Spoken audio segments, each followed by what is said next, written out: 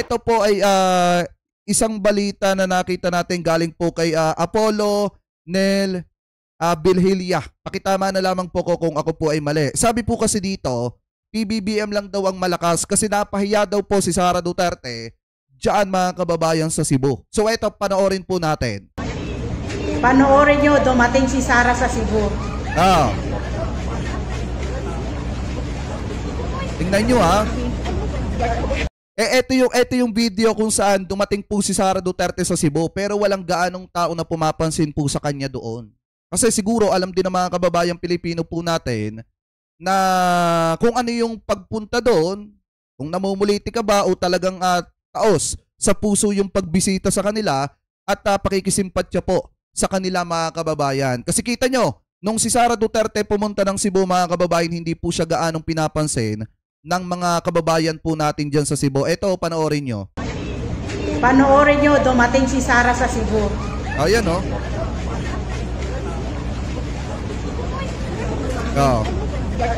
Did ba ang mga tao? Tignan nyo, parang walang pakialam. Pero ito, nung dumating si PBBM. Tingnan nyo naman mga kababayan ng pagkakaiba. Nung dumating yung presidente na talagang alam ng mga tao na nagtatrabaho at talagang mabilis mag-response sa mga problema na nangyayari po dito sa ating bansa lalo na pagdating ng kalamidad. Ito, panoorin nyo. Panoorin nyo. Oh, di ba? Mahal ang Pangulo ng taong bayan. Di ba? Saka kung titingnan nyo mga kababayan, ito para din doon sa mga kababayang Pilipino po natin yung mga didishit sana tigilan nyo na ang pamumulitika kay Presidente. Bakit? Kasi yun ngang iniluklok ninyo na gobernador ng Cebu. Nakikipagtulungan sa Presidente. Samantalang habang si PBBM, tingnan nyo habang si Sara Duterte patuloy yung pamumulitika ngayon, ano ginagawa ng Presidente? Nagtatrabaho at hinahayaan niya na yung taong bayan na nakakakita ng kanyang pagtatrabaho ang magsabi kung tama ba at sapat yung trabaho po na ginagawa ni PBBM. Kita nyo mga kababayan, sa totoo lang, habang yung mga kababayan Pilipino natin nakakaranas ng matinding kahirapan dahil nga sa nagdaan na paglindol dyan po sa Cebu, yung mga taga-suporta ni Sara Duterte nananawagan na mag-resign na daw si PBBM at ipalit na daw etong si Sara Duterte para daw po maiusad ang Pilipinas. Paano ba natin mga kababayan bibitawan yung presidente na sobrang bilis kumilos, sobrang bilis tutukan yung problema na nangyayari po dito sa ating bansa. Tingnan nyo na lamang to mga kababayan na kung saan ang pinapakinggan ni PBBM dito yung boses ng mga kababayang Pilipino po natin na apektado po ng kalamidad ngayon. Eto, panoorin natin na itong nakita nating balita galing po sa News 5. Sabi po dito, ito daw po mga kababayang maglalagay tayo ng mga tent. Yan ang ibinahagi ni President Bongbong Marcos na magsisilbing temporary shelter ng tinatayang 65,000 pamilyang apektado ng magnitude 6.9 na lindol sa Cebu. Manggagaling ang mga tent sa Philippine Red Cross na dating ginamit nung pandemya. Magkakaroon din ng distribution ng relief goods sa bawat apektadong lugar. Ito, pakinggan yung sinasabi ni PBBM. Hindi tayo nakakasiguro sa mga evacuation center natin. Kaya ang gagawin namin, maghahanap tayo kung saan man yung mga ito nga 65,000 displaced families, kung saan man sila, maglalagay tayo ng mga tent. Ito yung tinawagan ko ang dating senador na si Dick Gordon na siyang namumuno ng Red Cross. At sabi niya, makakapagpadala siya kaagad ng mga tent, yung ginamit ng COVID. Wala nang COVID ito, safe na ito. Pwede nyo na talagang gamitin para doon sa mga nasiraan ng bahay at ayaw pang bumalik doon sa kanilang bahay. Bawat lugar na yan, lalagyan din natin ng distribution para sa relief goods, para sa tubig, lalagyan natin ng genset, all of lahat ng mga necessities para sa mga na-displaced. Ito pa mga kababayan. I would like to assure everybody na hindi tayo, basics lang muna, hindi tayo mauubusan ng pagkain, hindi tayo mauubusan ng tubig. para sa ating mga naging biktima. Minamadali na lang natin ang kanilang magiging kung saan sila para naman may masilungan sila dito at hindi sila dahil marami tama rin naman natatakot na bumalik sa building. So mas gusto nila dito sila sa labas. Ngayon tingnan niyo mga kababayan, ang pinapakinggan ni PBBM dito yung mga apektado ng kalamidad. Marami daw po sa mga kababayang Pilipino natin diyan sa Cebu ayaw pang bumalik sa kanilang mga tahanan at mas gusto daw po nila sa labas. So ngayon, bilang pagtulong, pagresponde ng gobyerno ni PBBM, kung ano yung sinasabi ng mga kababayang Pilipino natin, yun po yung susundin ng gobyerno. Kung gusto po nila sa labas, edi maglalagay tayo ng mga tent dyan na pansamantalang shelter nila, and at the same time, hindi sila mauubusan mga kababayan ng pagkain at tubig. So yun ang susundan natin. Yun ang kanilang kagustuhan, yun ang ating susundan. So that's why ang proposal is the tent city. So this ongoing recovery program will continue until we are satisfied na lahat ng naapektuhan ay nabigyan na ng mapasat, may kinakain na, may tinutulugan na, may pinupunta na yung mga commercial enterprise ay tumatakbo na. That's the important part. So ganon ang naging situation dito sa Cebu. Yan ang situation in the other towns of Cebu. We will continue to monitor and we will continue to assist. Ayan. Kung titingnan nyo, napakabilis mga kababayan ng pagresponde ng gobyerno ni PBBM ngayon. At the same time, pati yung mga yung mga cabinet secretary po niya, talaga mga naandi dito, yung mga inappoint ni PBBM, katulad po ni chairman ng PCSO, Mel Robles. Ang bilis po ng pagresponde nila, pagbibigay nila ng tulong sa mga kababayang Pilipino po natin dyan.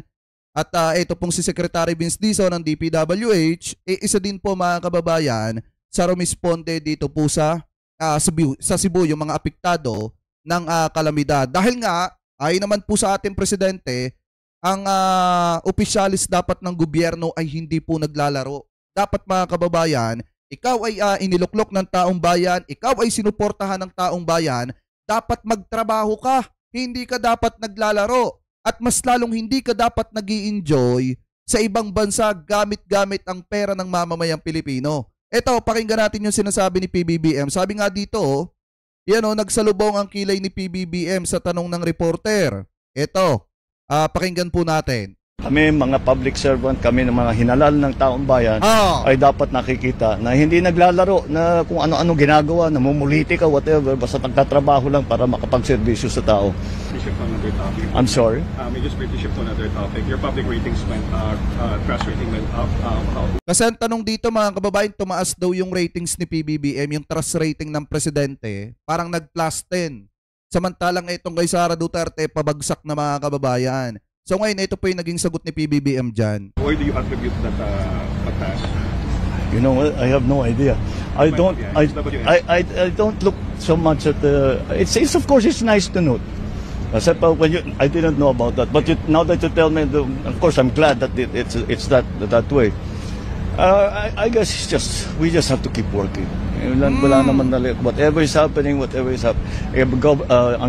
kahit na anong nangyayari, kahit may bagyo, kahit na may skandalo, kahit may gulo, ang taong bayan ay umaasa sa pamahalaan na tuloy ang serbisyo, tuloy ang trabaho ng pamahalaan, tuloy at every level, at the national level, at the local level, na tuloy-tuloy lang. Kami, mga public servant, kami ng mga hinalal ng taong bayan, ay dapat nakikita na hindi naglalaro na kung ano-ano ginagawa, namumuliti ka, whatever, basta nagtatrabaho lang para makapagserbisyo sa tao. Tama! I hope that's what it's coming from, and I think so. Alright, maraming salamat. Yan yung sinasabi natin na yung mga nagawa ni PBBM mag-iingay po para sa kanya.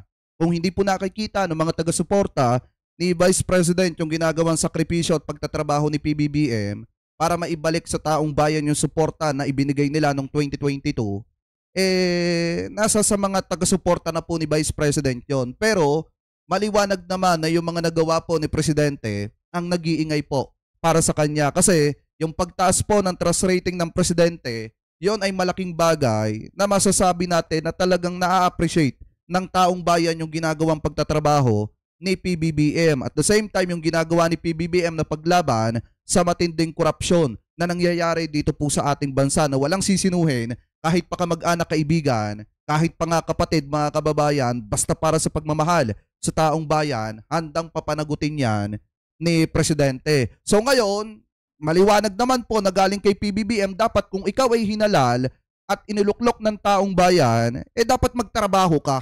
Dapat hindi ka namumulitika at naglalaro at kung ano-ano yung mga pinaggagawa mo. May nakita nga tayo dyan, nagpunta sa Cebu, para magpapogi lang. Kunyari, nakikiramay, kunyari, nakatayo mga kababayan doon sa pero sadyang galawan na naman yon ng politikong yon. Samantalang si PBBM, nung pumunta dyan, action agad. Tinanong agad kung ano yung mga napinsala dahil nga, yun ang priority ng presidente. Ang matulungan at maibangon yung pamumuhay ng mga kababayan Pilipino po natin, diyan po mga kababayan sa Cebu. So ngayon, kung makikita nyo, ito yung sinasabi ko na dapat nakaka-move on na yung mga DD-shit kasi tapos na po yung eleksyon. Matagal pa yung susunod na eleksyon. Dapat nakikipagtulungan kayo sa presidente katulad nitong ginagawa ng gobernador ng Cebu. Inuuna niya yung kapakanan ng mga nasasakupan niya po dyan. Kita nyo, kahit nung eleksyon, ang nakasama niya ay si dating Pangulong Duterte at nag-endorso sa kanya ay etong si Digong. Kita nyo, nakikipagtulungan siya sa presidente. Panoorin nyo to.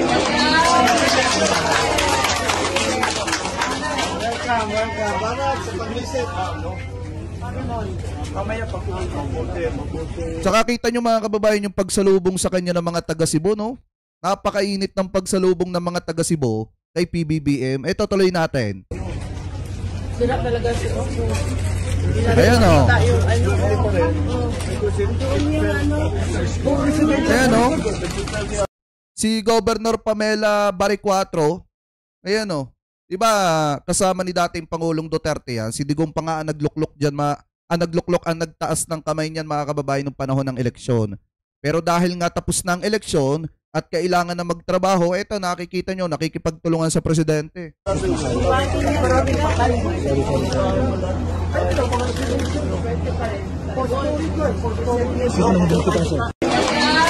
Sabi ko naman po sa inyo mga kababayan, kahit pen ay nakalaban ng partido ng presidente sa politika, basta nakikita natin na tumutulong sa presidente, nakita po natin na nakikiisa sa adikhain ng presidente na matulungan yung mga kababayang Pilipino natin, dapat palakpakan yan. Yung mga ganyan. Kasi isinasantabi muna yung pamumulitika at inuuna yung kapakanan ng mga kababayang Pilipino po natin dyan sa Cebu. Kaya nga ito mga kababayan, dapat yung mga DD-shit, ito tinutularan ninyo yung gobernador ng Cebu. Kasi isinasantabi muna yung usaping politika at tinutulungan yung presidente para siguraduhin na ligtas yung mga kababayan natin dyan po sa Cebu. Kaya nga kung titingnan nyo mga kababayan, buti pa nga yung presidente natin napapakinabangan ng taong bayan yung mga confidential funds at saka yung mga intelligence funds. Dahil kung titingnan ninyo, eto, sabi dito sa Abante, TNT tunay na tabloidista, ikinikredit po natin sa kanila yan, Office of the President maglalaan ng 180 milyong donasyon sa Cebu LGUs na naapektuhan ng lindol. Sabi daw dito mga kababayan, ayan maglalaan ng Office of the President ng 180 milyong donasyon para sa lalawigan ng Cebu at mga lokal na pamahalaang naapektuhan ng magnitude 6.9 na lindol noong Setyembre at 50 milyon ang ibibigay sa probinsya ng Cebu habang tig 20 milyon naman ang para sa Bogo, San Remedyo at Sugod. Tig 10 milyon din ang nakalaan sa Bantayan, Medredejos, pakitama na lamang po ko, Midelen, Santa Fe, Tabugon, at Tabuelan. Yan yung sabi dito mga kababayan. Inanunsyo ito ni Pangulong Bongbong Marcos sa kanyang pagbisita sa Bogo City nitong Huwebes, October 2. Ayan mga kababayan, Office of the President yan doon manggagaling yung 180 million na donasyon dito po sa mga kababayang Pilipino po natin na naapektuhan ng lindol dyan po sa Cebu. Buti pa nga yung Office of the President napapakinabangan ng taong bayan. yung mga intelligence funds, yung pondo ng Office of the President, samantala yung Office of the Vice President, request ng malaking pondo, saan napupunta? Yan ba ay napapakinabangan ng mga kababayang Pilipino po natin dyan? Diba? Yan ba mga kababayan ay napupunta sa taong bayan mismo, sa inyo? Napapakinabangan nyo po ba yon? Nakakapagtaka nga dun sa ibang mga senator Bakit pagka kay Sara Duterte ang pinag-uusapan ng lalambot po nila? Samantalang hindi naman po nakikita ng taong bayan kung saan napupunta yung mga hinihiling na mga confidential funds at mga intelligence funds mga kababayan, at mismong yung pondo ng Office of the Vice President, hindi nga natin alam kung saan po napupunta yan. Samantalang itong sa Presidente, kita natin mga kababayan kung saan po naiilaan. So maliwanag naman na si PBBM ay maglalaan ng 180 million na donasyon dyan po mga kababayan sa lalawigan po ng Cebu sa mga naapektuhan ng lindol. Bukod pa po dyan mga kababayan, kung makikita ninyo, gaya nga ng sabi ko kanina, yung po mga inappoint ni PBBM, yung po mga pinagkatiwalaan ng Presidente, katulad po mga kababayan ng chairman ng PCSO na si Mel Robles, nagpadala din po agad-agad ng tulong mga kababayan dyan po sa mga apektado ng lindol dyan sa Cebu. So ngayon kung titingnan ninyo, ito po yung mga larawan mga kababayan ng mga naging pagtulong ng departamento ng PCSO. Ayan yung binabatikos ni na Maharlika, yung ginagawa ng issue ng mga nakaraang taon. Ito, akala ko ba sinasabi mga kababayan nung dating inappoint ni Digong dyan sa PCSO, nakalimutan ko lang yung pangalan, na mabagal daw ang pag-response mga kababayan ng PCSO sa mga dumarating na sakuna. Eto nga sila nga yung pinakanauna mga kababayan, at saka yung DSWD ang pinakanauna na rumisponde dun po sa nangyaring lindol dyan po mga kababayan sa lalawigan ng Cebu. Ayan kung makikita ninyo, kaya nga napakagaling, napakabilis mga kababayan ng chairman ng PCSO na si Mel Robles na makikoordinate o magbigay ng tulong sa mga kababayan po natin dyan sa Cebu. So ngayon kung makikita ninyo, eto personal na opinion po natin. Mabuhay po yung mga pinagkatiwalaan ni Presidente Marcos na nakikipagtulungan po kay PBBM. Katulad po nito mga kababayan, nito pong chairman ng PCSO na si Mel Robles, na talagang nakikita po natin tuwing magkakaroon ng sakuna, talagang laging naandya dyan, ito pong PCSO tsaka yung DSWD mga kababayan. Kaya nga mabuhay po yung mga nakikipagtulungan sa Presidente para sa ikagagaan ng buhay ng mga kababayang Pilipino po natin. Katulad po nito pong si Mel Robles, talagang kahit maraming ibinatong accusation, aligasyon, nito pong mga taga-suporta ni Sara Duterte, hindi pa rin po natatapos yung pagganap sa kanyang trabaho at tungkulin bilang chairman ng PCSO. At sila po lagi ang nauuna mga kababayan tuwing may sakuna dito po sa ating bansa. Talagang masasabi po natin, nakaagapay po ng Presidente at talagang laging tumatalima, sumusuporta sa ginagawang hakbang ng Presidente para matulungan ang mga kababayang Pilipino po natin. Kaya mabuhay po yung mga katulad ng, ni Sir Mel Robles na chairman ng PCSO. So bukod pa po dyan mga kababayan, makikita nyo rin si Secretary Vince Dizon na inappoint ni PBBM sa DPWH na talagang katuwang ng Presidente na tumutulong po sa mga kababayang Pilipino po natin dyan. Yung mga infants kamukha, is there a place where we can... There's OPD. Oo. 5-day-old Pwede bang doon? Pwede. Oo. Ilipat ka namin doon para mas komportable si baby, ha? Ha? Ilipat ka doon, ha? Ni Gob, ha? May magandang lugar si Gob doon, ha? Para sa mga baby, ha? Di ba? Oo. Ha? Bunga na lang kami dito. May milk kayo? May milk? Ha? Mag-breastfeed ka? Okay. Huwag masyado ma-stress, ha? Yung mga Kita nyo? Diba? Ganyan dapat mga kababayan, nagtutulungan kapag may sakuna, hindi yung pupunta lang dyan para magpapogi. Kunyari, nakikisimpat siya pero gusto pala, mamumuliti ka. Alam ko naman kilala ninyo kung sino yung tinutukoy natin dyan. Diba may pumupunta dyan mga kababayan, pupunta ng hating gabi, kunyari tutulong pero deep inside, putik na mumuliti ka pala. Tapos sa pinakamasakla pa mga kababayan, tatayo kunyari doon sa doon sa mga nawalan, tapos kunyari nakikidalamhati, pero deep inside photoshoot pala. Kaya nga photo op pala, para pala sa photo op, para masabi na may ginagawa dito sa ating bansa. Tapos pagkalipas ng ilang araw, ilang linggo, lilipad na naman papunta doon sa ibang bansa at babalik na lamang ulit kapag ka pinag-uusapan na yung usaping budget.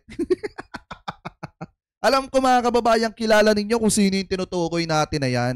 Kaya nga buti na lang na andi dito yung mga pinagkakatiwalaan ni Presidente. Etong yung chairman ng PCSO na si Mel Robles, mga kababayan, mabuhay po kayo sir. Ito pong sina Secretary Vince Dizon.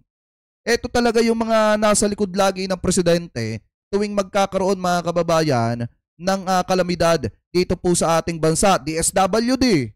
Diba? Yan yung mga nasa likod ng Presidente tuwing magkakaroon ng kalamidad mga kababayan dito po sa ating bansa. Hindi katulad nung Kaya nga dapat sa totoo lang, ang una nating nakikita dyan, tuwing may kalamidad na laging kasama ng Presidente, dapat yung Vice Presidente. Kasi pangalawang Pangulo siya ng Republika ng Pilipinas.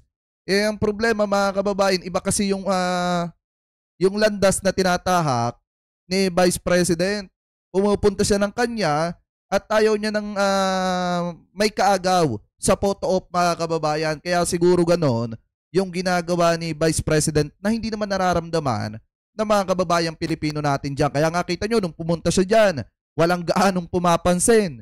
Samantalang nung si Presidente na, ramdam ni Presidente yung pagmamahal sa kanya ng mga taga Cebu. So kayo, mga kababayan, ano po masasabi ninyo hingil po dito sa ginawang pagresponde o agarang pagresponde ni Presidente ni Presidente BBM at ito pong chairman ng PCSO Mel Robles at Secretary Vince Dizon at ng DSWD diyan po mga kababayan sa lugar ng Cebu na naapektuhan ng malakas na paglindol. So comment below na lamang po kung ano po masasabi nyo hingil po dyan. At ano rin po ang komento ninyo hingil po sa di umano'y napahiya itong si Sara Duterte diyan po sa Cebu mga kababayan. So comment below na lamang po.